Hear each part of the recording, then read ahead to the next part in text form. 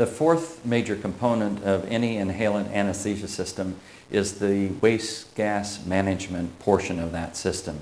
We need to heed OSHA's recommendations and do something to collect these waste anesthetic gases and vent them out of the workspace. The following recommendations that we have, and we have many, many options to do this, the following recommendations are from the NIOSH website. In my opinion, the very best option would be a non-recirculating fume hood. You can actually do some of the work inside the fume hood and not worry about the trace anesthetic gases coming out of the workspace. You can use an induction chamber inside the hood and not worry about the waste anesthetic gases coming up in your face when you open the induction chamber. And it by far is the very best method to just direct those gases directly to the outside. We can use a fume hood if you don't want to work in the fume hood. We can use a fume hood to eliminate the waste anesthetic gases if we collect those gases via a blue 19 millimeter color-coded evac tubing, which is the standard here in the United States, to vent those gases directly into the fume hood. These gases are extremely volatile. If we have a seal where the animal's muzzle is on the non-rebreathing systems, the fresh gas flow will push the waste gases down the exhaust system and into the fume hood and to the outside.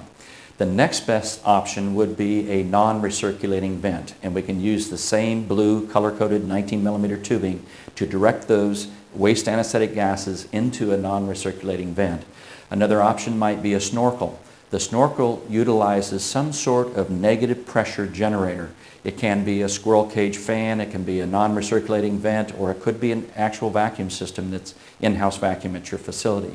I would caution you in using any negative pressure to manage these waste anesthetic gases that you heed this law of anesthetic gases. The anesthetic gases, will follow the path of least resistance. And if we apply negative pressure directly to any of the appliances that we use to manage these waste gases, for example, if we were to use in-house vacuum, then we run the risk of those waste anesthetic gases and the metabolic gases that we want to use to anesthetize the animal going out the evac system. So I would caution you, we can use in-house vacuum, we can use a snorkel, but if we do, we have to ensure that we're not applying that negative pressure directly to the breathing circuit of the animal. Another option might be just a simple conduit using the 19 millimeter evac tubing and putting a hole through the wall and directing it directly to the outside.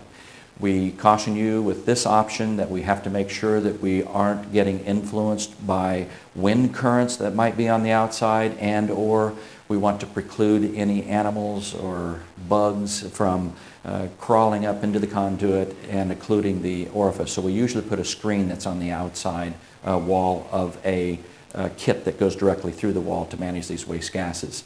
The last option, and it isn't an option that we're real keen on, but one of the things that we see in many of the institutions that we service are the activated charcoal filters.